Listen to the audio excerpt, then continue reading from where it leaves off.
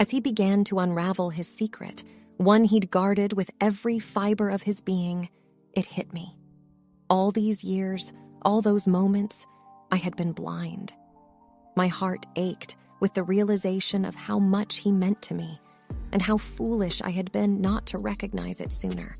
The weight of regret pressed heavily on my chest. "Dean, I faltered. I never realized." His fingers tightened around mine, offering solace. "Sometimes," he whispered, "we don't see what's in front of us until the right moment arrives." I leaned in, the scent of his cologne enveloping me, the world narrowing to just us two. I would give anything to turn back time, to see clearly from the start. But in that instant, one thing was certain. I was irrevocably in love with Dean. My name is Elle, and this is my story. I'd never been one to believe in fate, destiny, or any kind of predetermined paths. Life, in my view, was a series of choices, each one leading to another in an endless cycle. It was during a summer trip to New Orleans with college friends. We had stumbled upon an old hidden shop, the kind that smelled of incense and mystery. It was run by an elderly woman named Madame Laveau, who claimed to be a descendant of the famous voodoo queen of the same name. "You," she pointed at me, her long, bony finger adorned with several rings. "You have a question in your heart." Intrigued, and partially to entertain my friends, I sat down opposite her. She spread out a deck of tarot cards and began flipping them one by one. The room was filled with an eerie silence, save for the soft whispers of the cards as they revealed their secrets. "You will find happiness," Madame Laveau began, her voice a raspy whisper, "but only with a man with eyes as deep as the ocean." I looked at her in confusion. "What does that mean?" "Blue eyes," she stated simply, her gaze piercing into mine. "Your destiny is intertwined with a man with blue eyes." At the time, I had laughed it off, taking it as a fun story to share back home. Little did I know how much weight those words would carry in my life. Months turned into years, and I found myself gravitating towards men with blue eyes. It wasn't a conscious choice, not really, but somewhere in the back of my mind, Madame Laveau's prediction lingered. There was Rob, with his ice blue eyes, then Alex, with eyes the color of a clear summer sky. But each relationship, while filled with moments of joy, also had its share of heartbreak and pain. In the midst of this azure-eyed whirlwind, I met Dean. Dean, with his deep, soulful brown eyes. There was an intensity about him, a raw passion that drew me in. We became fast friends, and over time, it became evident that his feelings for me ran deeper. I'd be lying if I said I wasn't attracted to him. There were moments, fleeting and rare, when I'd get lost in his gaze, feeling a warmth and connection I hadn't felt with anyone else. But every time things started to get serious, the fortune teller's words would echo in my mind. Could I truly be happy with a man without blue eyes? One evening, as we sat on my apartment's balcony, overlooking the city lights, Dean took my hand. "Elle," he began, his voice shaky, "I love you." The weight of those words, the emotion behind them, made my heart race. I wanted to say it back, to let myself be loved and to love in return. But the memory of the prophecy held me back. "Dean," I began, tears forming in my eyes, "I care about you deeply, but I can't be with you." He looked at me, confusion evident in his eyes. "Is it because of my eyes?" I was taken aback. How did he know? He chuckled bitterly. "I've seen the way you look at men with blue eyes. There's a longing there, a depth, that I've never seen when you look at me." It broke my heart to hear him say that. I tried to explain, to tell him about Madame Laveau and her prophecy. But the more I spoke, the more absurd it sounded, even to my own ears.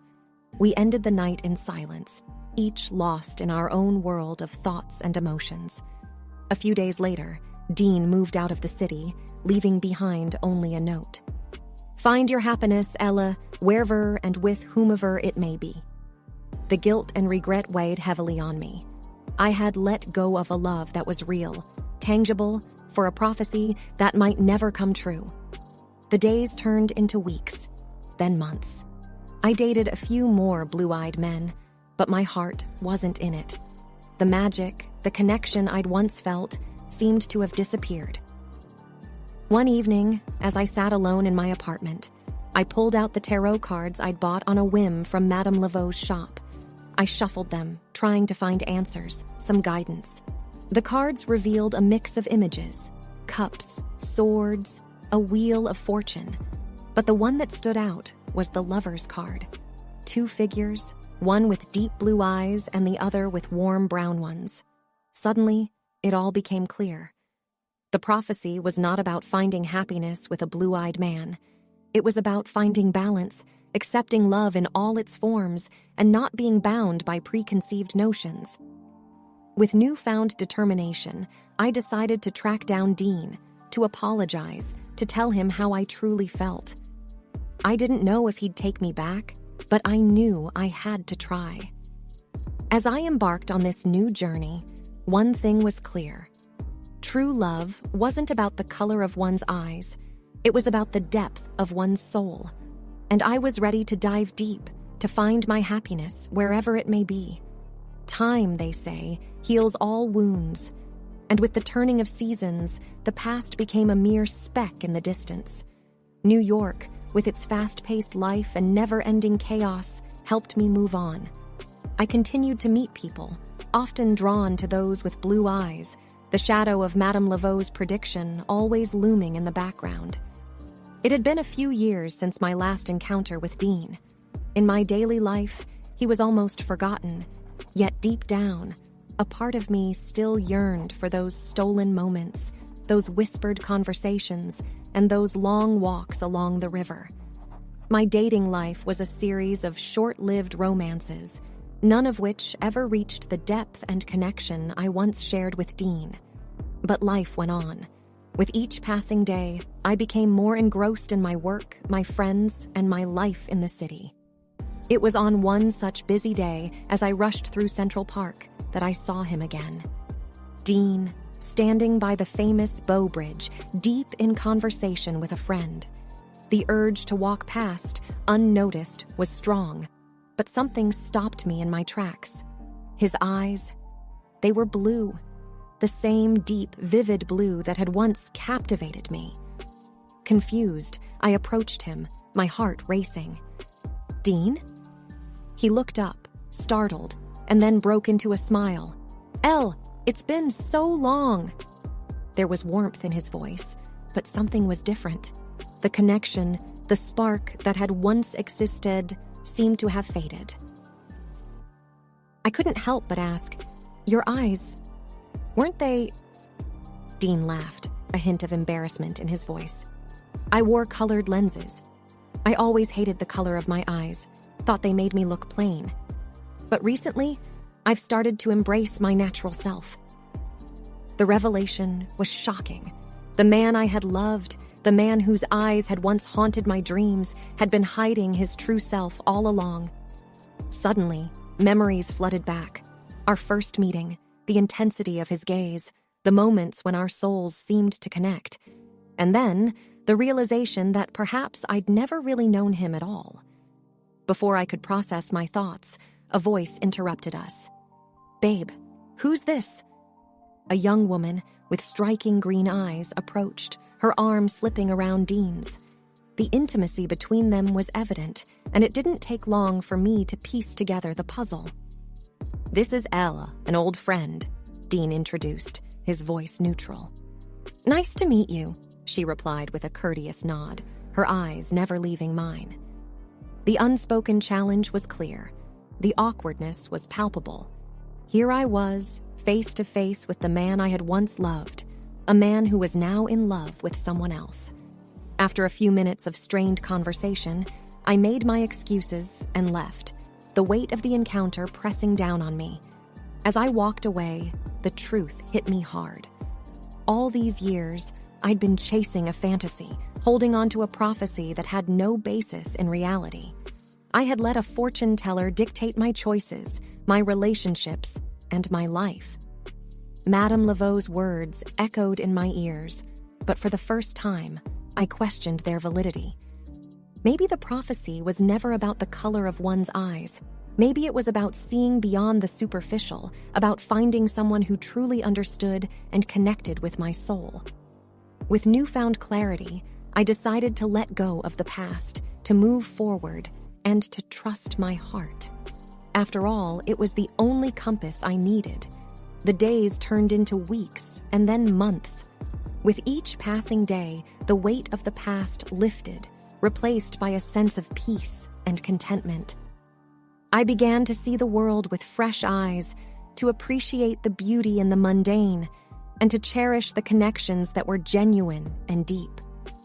Life was no longer about chasing a prophecy or finding the perfect blue-eyed man. It was about living in the moment, about embracing the present, and about finding happiness within. And as I stood on the balcony of my apartment, overlooking the city lights, a smile played on my lips. The journey had been long and arduous, but it had led me to where I was meant to be.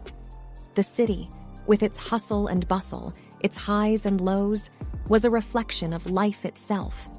And as I looked out into the vast expanse, one thing was clear. True happiness didn't lie in predictions or prophecies. It lay in trusting oneself, in following one's heart, and in finding joy in the little moments that made life worth living. And with that thought, I stepped into the future, my heart light and my soul free, ready to embrace whatever life had in store. Hola, suscríbete a Historias Vitales para no perderte nuevas historias. Mi esposa había estado trabajando en su proyecto especial durante 4 meses ahora. No era su proyecto personal, pero ella era la persona principal y responsable de su éxito. El proyecto estaba diseñado para salvar a su empresa, Bixler Enterprises. Los últimos 4 meses habían sido difíciles porque se vio obligada a trabajar duro. Era importante tanto para ella como para la empresa. Había una buena posibilidad de que Bixler Enterprises quebrara si el proyecto no se completaba.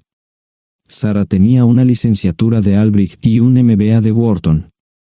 Era la más inteligente de la familia. Yo empecé a trabajar como mecánico de autos justo después de la secundaria y después de 21 años seguía siendo mecánico de autos. No me importaba porque me gustaba el trabajo y pagaba bien. Era suficiente para pagar la universidad de Sara y criar a 2 hijos. No vivíamos lujosamente, pero estábamos bien. Los niños ya se habían mudado, y las cosas iban bastante bien con nuestros ingresos. Sara quedó embarazada 3 meses después de casarnos a la edad de 18 años. Durante los primeros años de nuestro matrimonio, vivimos con mis padres. Ellos tenían una gran casa vacía ya que 4 de mis hermanos se habían mudado. Eso significaba que teníamos una niñera mientras Sara completaba sus primeros años de universidad.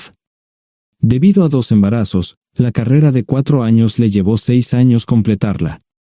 Fue difícil, pero lo logró. Siempre tuve trabajo y nunca me faltó trabajo extra si lo necesitaba. Después de que Sara se graduó de Wharton, alquilamos nuestro propio lugar. Tuvo ofertas de trabajo de varias empresas grandes, pero todas requerían que nos mudáramos. A mí no me importaba, pero Sara quería quedarse cerca de casa. Por eso decidió trabajar en Bixler Enterprises. Pagaba bien, pero lo más importante, le daba responsabilidad y la oportunidad de avanzar. Sara era una empleada trabajadora y dedicada. La presentación es el jueves en el Hotel Thyssen en Filadelfia. Tomé unos días libres en el trabajo para ayudarla según fuera necesario. Al final, todo lo que logré fue hacerle algo de comer cuando llegaba a casa. No sabía nada sobre su trabajo, ni tampoco quería saber. Los negocios corporativos de alto nivel me aburrían. Empresarios de Europa, Asia y América del Sur venían aquí, la empresa pagaba sus boletos de avión y proporcionaba habitaciones en el Hotel Thyssen mientras estaban aquí. Era caro como el infierno, y por algunas cosas que Sara había dicho, la empresa estaba sobreestimando sus finanzas. Su presentación era importante para ella, para la empresa y para más de 200 empleados. Hasta el martes por la noche, todo iba bien. Sara llegó a casa con un traje nuevo, un traje gris con una blusa blanca. Desplegó todo lo que necesitaba en la cama de la habitación de invitados. Cuando se trataba de la limpieza de la casa, ella era normal, pero cuando se trataba del trabajo, era meticulosa. No entendía por qué necesitaba sacar su ropa interior de lujo, pero no dije nada.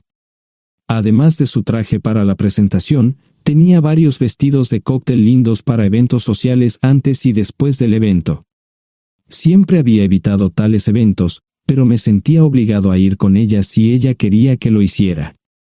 Me agradeció la oferta, pero dijo que no era necesario. Todos los materiales y equipos que necesitaba estaban guardados ordenadamente en el maletero de su Volvo. Antes de salir del trabajo, ella misma conducía el coche para asegurarse de que todo estuviera en perfectas condiciones. Tenía todo el día miércoles para prepararse y toda la noche del miércoles para socializar con sus invitados. Sara era tan buena en lo que hacía que sentía que habría sido mejor si simplemente me hubiera mantenido alejado de ella. Finalmente, había terminado. Lo había revisado y vuelto a revisar todo. Todo lo que necesitaba ahora era una ducha caliente y una buena noche de sueño. Supongo que mi error fue que empecé a revisar sus cosas después de que Sara comenzara a ducharse. Pensé que estaba ayudando, pero resultó ser lo contrario. Estaba moviendo cosas en la cama cuando un pequeño sobre blanco cayó del bolsillo lateral de su bolso de maquillaje. Una carta de una farmacia, pero no del tipo que solemos usar. Dentro había 10 pastillas. No tenía idea de qué era, Pren, y las instrucciones eran confusas. Si es necesario, tomar una pastilla y luego una segunda pastilla 12 horas después.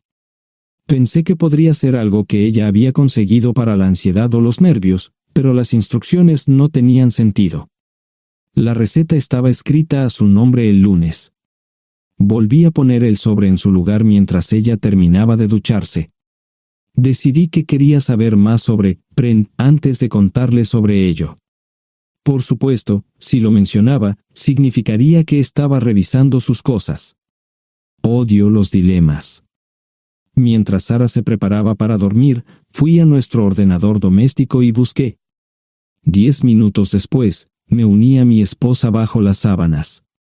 Pasé toda la noche despierto, preguntándome por qué mi esposa había recogido una receta para la píldora del día después, especialmente después de que me hicieran una vasectomía hace 10 años.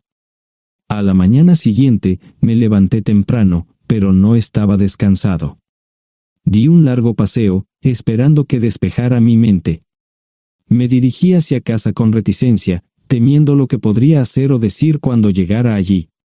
Mi hijo Joe se unió a la Marina después de la escuela secundaria y estaba en su primer año en San Diego.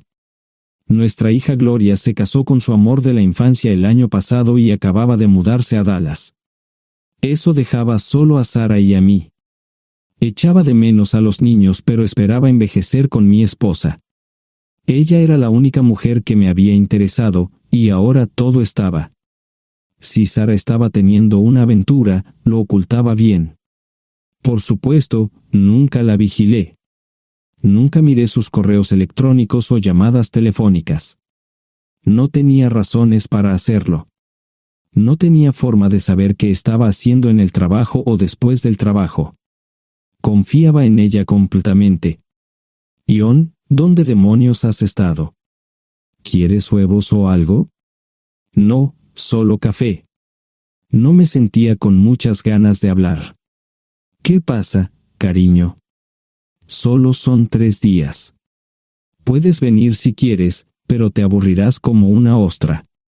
No, realmente no quiero ir, pero odio dejarte sola.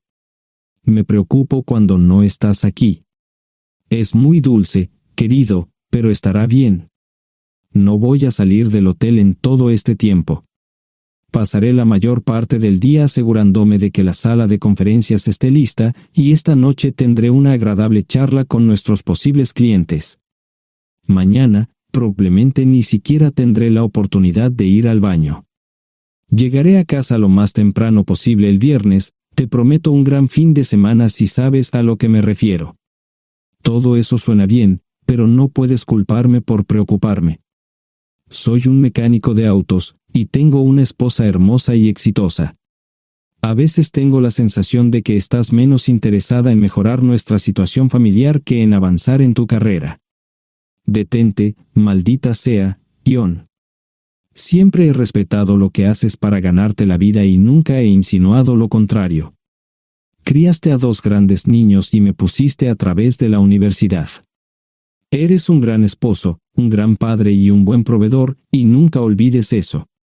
Terminé mi café mientras ella recogía la mesa. ¿Quieres que te llame? No, no es una buena idea. Tendré el móvil apagado, y voy a apagar el teléfono de la habitación por la noche para poder dormir. Te llamaré siempre que pueda. La ayudé a cargar el coche, era tan meticulosa con eso como con todo lo demás. Trabajando, le llevaría 3 horas llegar al Hotel Lysen. Me quedé en el porche y la vi marcharse. No me molesté en preguntarle por las pastillas. Pasé el resto de la mañana en el porche. No recuerdo haberme preocupado tanto como ahora. Me sentía pequeño e insignificante. Me sentía fuera de mi liga. Era un tipo de pueblo con un trabajo mediocre y una esposa exitosa. Era una combinación equivocada. Debería haberlo notado antes. Me sentía estúpido. El mejor traje que tenía era una chaqueta azul y un par de pantalones. Al menos tenía algunas corbatas, aunque tenían 10 años de antigüedad. Acababa de terminar de vestirme cuando sonó el teléfono fijo. Oye, cariño, solo quería avisarte de que llegué bien. ¿Tuviste un buen viaje? Supongo que el tráfico no estaba demasiado denso. Estuvo bien. Te llamaré esta noche. Ahora tengo que irme. Estoy en la habitación 714, Sara. Puedo estar en casa de mis padres o en la de mis hermanos esta noche si quieres llamarme a mi móvil. De acuerdo. Suena el teléfono móvil. Te quiero, tengo que irme. Me tomé mi tiempo para llegar a Filadelfia. No fui directo al Lysen, primero me detuve y compré un filete con queso. Prometí hacer una larga noche. No estaba seguro de qué iba a hacer. Estacioné en el garaje del hotel y simplemente esperé. Tarde o temprano, tenía que entrar en el hotel. Simplemente no podía decidir cuándo hacerlo. El sonido de mi teléfono celular me ayudó a tomar mi decisión. Ion, solo quería avisarte de que todo se ha arreglado. Ahora voy a bajar para encontrarme con algunas personas y cenar. No olvidaste nada, ¿verdad? No, todo está bien. Tengo todo en mi habitación para mañana. ¿Necesitas algo? No, Ion, relájate. Voy a apagar mi teléfono. Te llamaré mañana por la mañana. ¿De acuerdo? Ríe, diviértete. No es divertido, Ion, es trabajo. No parecía estar demasiado fuera de lugar. El vestíbulo, el restaurante y las salas de conferencias estaban llenos de gente, así que pude pasar desapercibido. Había un folleto pequeño y bonito que mostraba el diseño de todas las habitaciones del hotel. Me paseé por las diferentes habitaciones y me detuve en las paredes, mirando alrededor entre la multitud. No tenía ni idea de qué haría si Sara me veía. Lo averiguaría si y cuando eso sucediera. Encontré un tablero de eventos que enumeraba todas las habitaciones que estaban siendo utilizadas por los diversos grupos. Bixler Enterprises no tenía habitaciones disponibles para el miércoles por la noche. Esto me pareció interesante. Sara había dicho que no iba a salir del hotel, pero ahora no estaba tan seguro de eso. Había 3 comedores, familiar, informal y de alta cocina. A Sara no le gustaba mucho cenar con niños, así que fui primero al comedor informal. Solo me llevó 5 minutos asegurarme de que no estaba allí. Tuve mejor suerte en el salón gourmet, era una acogedora mesita encajada en la esquina, el tipo de mesa que la gente reserva para tener un encuentro privado. Sara llevaba un vestido de cóctel negro con un escote pronunciado y perlas, se veía elegante y su acompañante parecía apreciarlo. Conocía a algunas personas con las que trabajaba Sara, y él no era una de ellas. Me resultaba familiar, pero no había forma de que pudiera recordarlo. Había muchas sillas libres, así que no tuve problemas para cruzar la sala. Había velas y pequeños candelabros de cristal en las mesas. Apagué la mía y le dije al camarero que me molestaba por el glaucoma. Pedí el plato de pollo de siempre y me acomodé. El camarero me sirvió el café por tercera vez. Disculpe, el tipo en la mesa de enfrente me parece muy familiar. ¿Sabes quién es? Sí, ese es Malcolm Eugene Foote. Es miembro del Consejo Municipal, se espera que se postule para el Congreso en los próximos años. ¿Es esa su esposa con él? Es muy bonita. No, esta es la primera vez que la veo. Siempre usa esa mesa para señoras especiales, si me entiende. Simplemente le sonreí y pedí la cuenta. Nunca había visto a Sara tan sensual con un hombre antes. Parecía captar cada palabra que decía, como si fuera Dios o algo así. No estaban haciendo nada inapropiado, pero tampoco era platónico ni profesional. Cuando me fui, estaban terminando su segunda botella de vino. Ahora entendía por qué se había llevado su lencería elegante. Me acomodé en una esquina del vestíbulo para que no me vieran. 10 minutos después, salieron del restaurante. Ella le tomaba la mano mientras caminaban por el vestíbulo hacia el ascensor. Observé cuidadosamente los indicadores de piso. Que el ascensor se detuviera en el tercer piso era una buena señal, significaba que no lo había llevado a su habitación. Era una mala señal cuando el ascensor no llegaba al séptimo piso, significaba que ella fue a su habitación.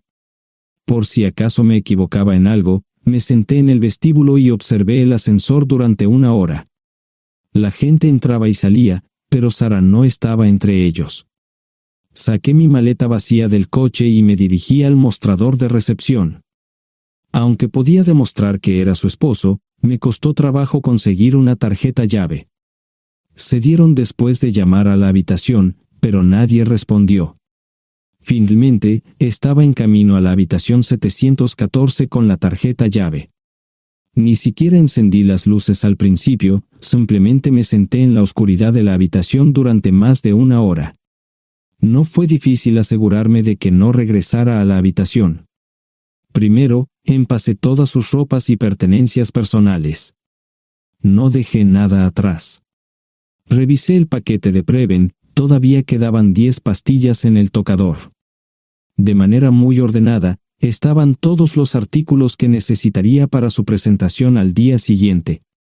Comencé a llenar la maleta. Había 24 carpetas promocionales especialmente encuadernadas y otras 20 carpetas regulares, todas ellas fueron a la maleta. Un proyector digital fue lo siguiente, seguido de una computadora portátil. Tomé su bolso y su celular, que había dejado en la habitación, todo lo que tenía consigo era un bolso de mano y probablemente un tubo de lápiz labial. Di una vuelta por la habitación tan cuidadosamente como lo hizo ella para asegurarme de no perder nada. Una vez satisfecho, dejé las llaves del coche y mi anillo de bodas en el tocador. Aparte de esos 2 objetos, la habitación estaba completamente vacía. El ascensor se dirigió directamente al estacionamiento, no tuve problemas para llevar 2 maletas, y 20 minutos después, estaba en la autopista rumbo al norte. Pasaban las 3 de la madrugada, no tenía idea de que había pasado tanto tiempo. 1 hora o 2 después, sonó mi teléfono celular, la identificación de llamadas mostraba el número del Listen. ¿Ion? Sí, ¿dónde estás? Estaré en casa pronto. Eso fue todo lo que dije, hubo silencio en el otro extremo de la línea. Los vendedores tienen un viejo dicho, el primero que habla pierde. Pareció una eternidad antes de que ella hablara. Ion, lo siento. No preguntó nada y simplemente colgó. Apagué mi teléfono, Era obvio que había regresado a su habitación. Más tarde ese día, tenía que dar una presentación que salvaría a su empresa y le daría un ascenso. Metí las maletas en el desván del garaje. Sara nunca iba allí y nunca pensó en buscar algo allí. Por supuesto, en este punto, estoy bastante seguro de que no importaba. Primero, recogí todas mis ropas y pertenencias personales. La mayoría de los hombres tienen sus propias herramientas, generalmente es un requisito para el trabajo. Pasé por la tienda, cargué las mías en el Subaru y recogí mi último cheque de pago. Para entonces, los bancos ya estaban abiertos, no tuve que hacer ninguna manipulación financiera complicada. Simplemente retiré todo el dinero de mis cuentas. Almorcé en Hagerstown, Maryland. Tenía suficiente dinero para vivir durante unos años, pero sabía que estaría buscando trabajo muy pronto. Sara y yo éramos parecidos en eso de que a ambos nos encantaba trabajar. La voy a extrañar. Pasé un par de horas en las cuevas del Uray y alquilé una habitación cerca de Whitewell. No tenía idea de qué iba a hacer.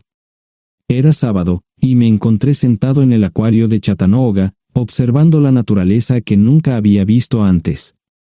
Pasé unas horas simplemente relajándome y decidí que era un buen lugar para estar. Compré un pase anual para el acuario y, para la hora de la cena, tenía un lugar donde quedarme. Era un remolque móvil en el parque, pero estaba amueblado y era económico. No necesitaba mucho. La primera cosa que haría el lunes por la mañana sería conseguir un trabajo. Un buen hombre de mantenimiento siempre puede conseguir un trabajo, especialmente si está dispuesto a trabajar duro. Podría permanecer discreto hasta que fuera el momento de renovar mi licencia de conducir o las etiquetas del coche. Me preocuparé por eso cuando llegue el momento. El domingo por la tarde, llamé a Gloria. Me sentí obligado a informarle sobre lo que estaba sucediendo, pero Sara ya se lo había contado.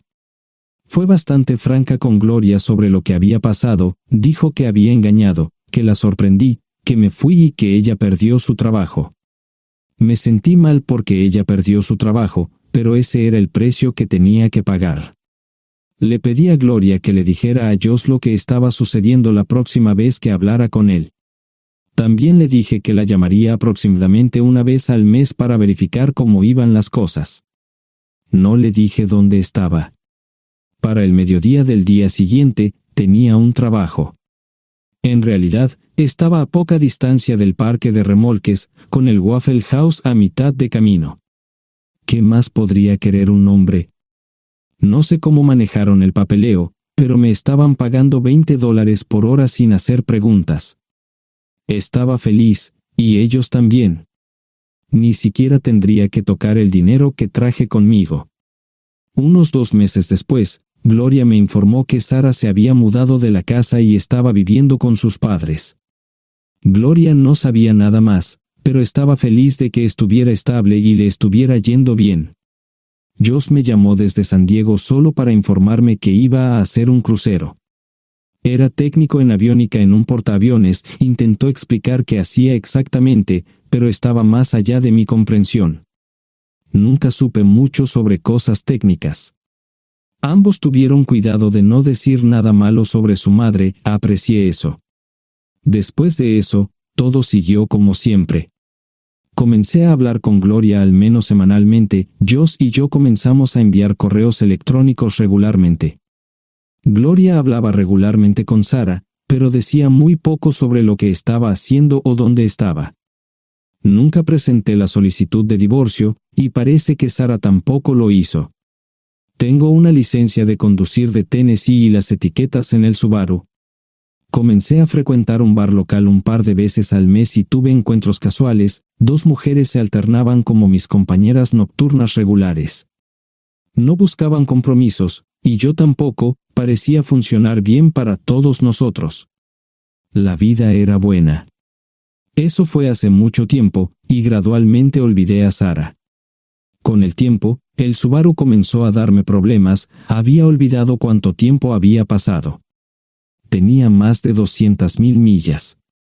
Estaba reflexionando sobre esto con una jarra de cerveza un día cuando me di cuenta de que habían pasado casi 5 años desde que me fui de casa.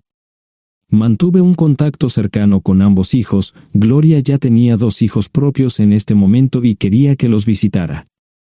Josh casi se casó con una mujer tailandesa, pero en el último momento se negó. Por lo general, trabajaba 6 días a la semana y usaba el domingo para recuperarme del sábado por la noche. No había ninguna buena razón para que alguien llamara a la puerta de mi remolque a las 6 de la mañana de un viernes. Su grosería fue recompensada por un hombre medio desnudo abriendo la puerta. Los calzoncillos del día son repugnantes, y la dama en la puerta, juzgando por la expresión en su rostro, estuvo de acuerdo conmigo. Ella apartó la mirada, pero su compañero no parecía impresionado. Norm habría usado pantalones, pero en un momento como este, los invitados me molestaron. Estamos buscando a John Terrell. No los conozco. Me llamo David Simmons, y esta es mi esposa Mara. Tenemos un problema y esperamos que nos puedas ayudar. Lo siento mucho, no trabajo a altas horas de la noche. Si necesitan algo relacionado con su auto, tendrán que ir a la tienda. Esto provocó varias miradas en blanco y finalmente una respuesta. No tiene nada que ver con tu trabajo, es más un problema personal. ¿Podemos entrar? El interior del remolque lucía desordenado, rara vez tenía invitados, así que rara vez lo limpiaba. Incluso mis novias insistían en que fuéramos a su lugar. Hagan como en su casa, déjenme ponerme los pantalones enseguida. Al entrar en el dormitorio, dejé la puerta abierta solo para mostrarles lo hospitalario que soy. También me puse una camisa. ¿Les gustaría tomar café? Solo tomará unos 10 minutos. Aparté algunas cosas del sofá para que pudieran sentarse. No hubo respuesta a la pregunta del café. Tenemos una hija adoptiva de 4 años y otra de 2 que necesita un trasplante de médula ósea, y esperamos que nos puedas ayudar. Estamos dispuestos a pagarte si es necesario. ¿Con mi médula ósea? No, queremos usarla y estamos dispuestos a compensarte por cualquier inconveniente. Creo que quieren comprarla. Estaba actuando como un listillo, y de repente me di cuenta de ello. Estas personas eran serias, tenían un problema real y estaban buscando ayuda. Lo siento mucho, no quise interrumpir. Por favor, continúen. Nuestra mejor oportunidad de encontrar un donante es un familiar cercano. Eres nuestra mejor esperanza. Mira esto. No quiero ser un grosero, pero creo que se equivocaron de persona. ¿Cuándo nació su hija? Cumplirá 5 años en julio. Marche Simmons habló por primera vez, y sonó sincera. Odio ser el portador de malas noticias, pero me hice una vasectomía hace 15 años. No hay forma de que pueda ser su padre. ¿Por qué tu nombre estaba en el certificado de nacimiento? No puedo responder eso, tal vez deberían preguntarle a su madre. Esa afirmación fue recibida con silencio. Sentí pena por estas personas, pero no sabía cómo ayudarles. ¿Cuál es el nombre de la madre? Sarah Lise Terrell. No encontraba las palabras. Tal vez no debería haber tomado esas malditas pastillas de ella, por supuesto, entonces esas personas no tendrían una hija en absoluto. Todo lo que pensaba que había superado el dolor, y aquí está de nuevo, viejos recuerdos de mi esposa teniendo relaciones sexuales con ese maldito político de Filadelfia. Estaba empezando a olvidarlo todo, y ahora estaba de vuelta. Maldita sea. Ahora entiendo y pido disculpas por mi grosería e insensibilidad. Haré todo lo que esté en mi poder para ayudarles. En primer lugar, porque no puede Sara hacerse un trasplante de médula ósea. Médicamente, no puede. ¿Por qué no? Es madre, tiene que ser una donante adecuada. Oh, ella es una donante adecuada, pero está demasiado enferma. Los médicos se negaron siquiera a considerar utilizarla. ¿Enferma de qué? Está muriendo de insuficiencia hepática. Le quedan menos de 6 meses de vida. Esto no tiene sentido. Siempre ha estado perfectamente sana. Además, no creo que un hígado enfermo le impida donar médula ósea. El hospital no aceptará su firma en el formulario de consentimiento. ¿Estás diciendo que hay algo mal en su cabeza? Ambos me miraron en silencio, sabían la respuesta, pero no querían decirlo. En ese momento, no quería que se sintieran aún más incómodos. Hace 10 minutos, no me importaban, pero ahora sentía que tenía que protegerlos y ayudarlos. ¿Cómo sucedió esto? ¿Podría alguno de mis hijos ayudar? Quizás, pero pensamos que eras nuestra mejor esperanza. ¿Por qué no van tras su padre, su verdadero padre? Pensamos que eras tú. No tenemos ni idea de quién más podría ser. Sara no nos dijo nada sobre otro posible padre. De hecho, ella no estaba en condiciones de explicar nada, agregó Mara.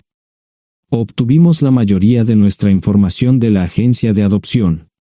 Tuve que preparar café y hacer pis, permítanme un momento. Dejé a mis invitados sentados mientras preparaba el café. Solo tomó unos minutos. Mientras se preparaba, fui al baño, algo que necesitaba hacer urgentemente. Traté de ser discreto, ya había avergonzado lo suficiente a Mara. ¿Dónde viven? En Westchester, Pensilvania. Les haré una oferta. Si les digo quién es el verdadero padre de su hija, deben prometerme que lo perseguirán sin descanso hasta obtener lo que desean. ¿De qué estás hablando? El padre de su hija es un político prominente en Pensilvania. Por supuesto, negará todo y probablemente les proporcionará documentos legales para detener sus esfuerzos. Si acuerdan presionar lo suficiente para que él admita que la niña es suya, podrán avergonzarlo y obligarlo a hacerse un trasplante de médula ósea. Eso es lo que quieren, ¿verdad? Sí, claro, pero ¿cómo hacemos eso? No lo sé. Soy mecánico. Trabajo con metal para ganarme la vida. Creo que la mejor manera sería utilizar la televisión, la radio y los periódicos. Los políticos harán cualquier cosa para evitar una mala publicidad. ¿Tienen amigos que puedan ayudar? Bueno, ahora ambos estaban sonriendo. Debo haber dicho algo que les dio esperanza. Creo que podemos hacer esto. ¿Quién demonios es él? Malcolm Eugene Foote. Se postula para el Senado de los Estados Unidos. Apuesto a que hará cualquier cosa para evitar una mala publicidad. El café estaba listo, pero David y Marshall no podían esperar para llegar a casa. Antes de irse, les dije cómo ponerse en contacto con Gloria y Josh en caso de que los necesitaran. Estaba seguro de que ayudarían. También les pedí que me dijeran dónde estaba Sara. Probablemente estaría en Pensacola antes de que ellos regresaran a Westchester. Me corté el pelo y compré una camisa nueva. Sara era una tramposa que arruinó mi vida, pero aún así quería lucir bien cuando la viera. Era otro remolque, pero esta vez era un bonito doble nuevo. Allí estaba su Volvo con una llanta desinflada y un parabrisas roto. La mujer que abrió la puerta no era Sara, parecía que la habían empapado fuerte y la habían dejado empapada. Tenía al menos 45, tal vez 50, y debió haber tenido una vida difícil. La falta de maquillaje no ayudaba, y simplemente se veía horrible. No tuve la oportunidad de abrir la boca. Caray, si no es John Terrell. Nunca esperé verte aquí. Tuve que usar la vieja línea, me estás poniendo en desventaja. Sherry Hart. Pasa, entra. ¿Quieres una cerveza? No, pero gracias. Estoy aquí para ver a Sara. Sherry cruzó la habitación y se detuvo en el buffet del comedor. Aquí está, John. Mírala todo lo que quieras. Su mano señalaba una urna de latón que estaba en el centro del buffet vacío. Supongo que llegué demasiado tarde. No me moví, solo me quedé mirando el contenedor frente a mí. ¿Puedo tomar una cerveza ahora? Sara se mudó a Pensacola después de dar a su bebé en adopción. compró el remolque con el dinero que recibió de Bixler Enterprises después de que la despidieron. Tenía una participación en las ganancias, 401k, y vacaciones y días de enfermedad. Eventualmente, consiguió un trabajo en una fábrica local de prendas de vestir donde trabajaba en el departamento de envíos. Allí fue donde conoció a Cerri. Cerri alquilaba una habitación de Sara. Cada centavo que Sara ganaba iba para el alcohol. Empezó con vino y gradualmente pasó a bebidas más fuertes, las más baratas. Eventualmente, perdió su trabajo debido a su alcoholismo y se vio obligada a usar sus ahorros. Nunca salió con nadie ni salió a ningún lado. Cerri se quedó con ella, pagó sus servicios públicos y compró alimentos que Sara no comía. Le llevó más de 3 años quitarse la vida. Increíblemente, ella tenía un testamento y me dejó un doble remolque y un Volvo. Cerri explicó que Sara estaba tan angustiada por lo que había hecho que simplemente se rindió. No intentó evitar el embarazo ni siquiera terminarlo. La adopción se había arreglado meses antes de que naciera el bebé. Nunca volvió a trabajar, excepto en los trabajos clandestinos que hacía mal. Cerri dijo que Sara no parecía tener ambición ni propósito en la vida. Sara hablaba mucho de mí pero tenía miedo de intentar contactarme. Gloria le dio mi número, pero nunca me llamó. Era como si su aventura de una noche la hubiera lastimado más a ella que a mí. Estuve allí durante 2 semanas y luego vendí el remolque de Cerri por $1 y obtuve $3,000 por el Volvo. 2 días después, estaba en Westchester visitando a mis nuevos amigos David y Marche. Malcolm Eugene Foote resistió al principio, pero David y Marche lo presionaron hasta que cedió. Insistió en pruebas de ADN, que demostraron que era el padre. Para salvar la cara, más o menos lo obligaron a someterse a un trasplante de médula ósea, que fue exitoso. La carrera política y la vida familiar de Malcolm no dejaron una impresión favorable. Su caída en las encuestas fue tan rápida que el partido lo reemplazó por otro candidato unos meses antes de las elecciones. Su esposa solicitó el divorcio y fue muy pública al respecto. Sara y yo estamos viajando ahora a Dallas para ver a Gloria y a mis nietos. No sé cuánto tiempo mantendré a Sara conmigo, probablemente hasta que tenga a alguien.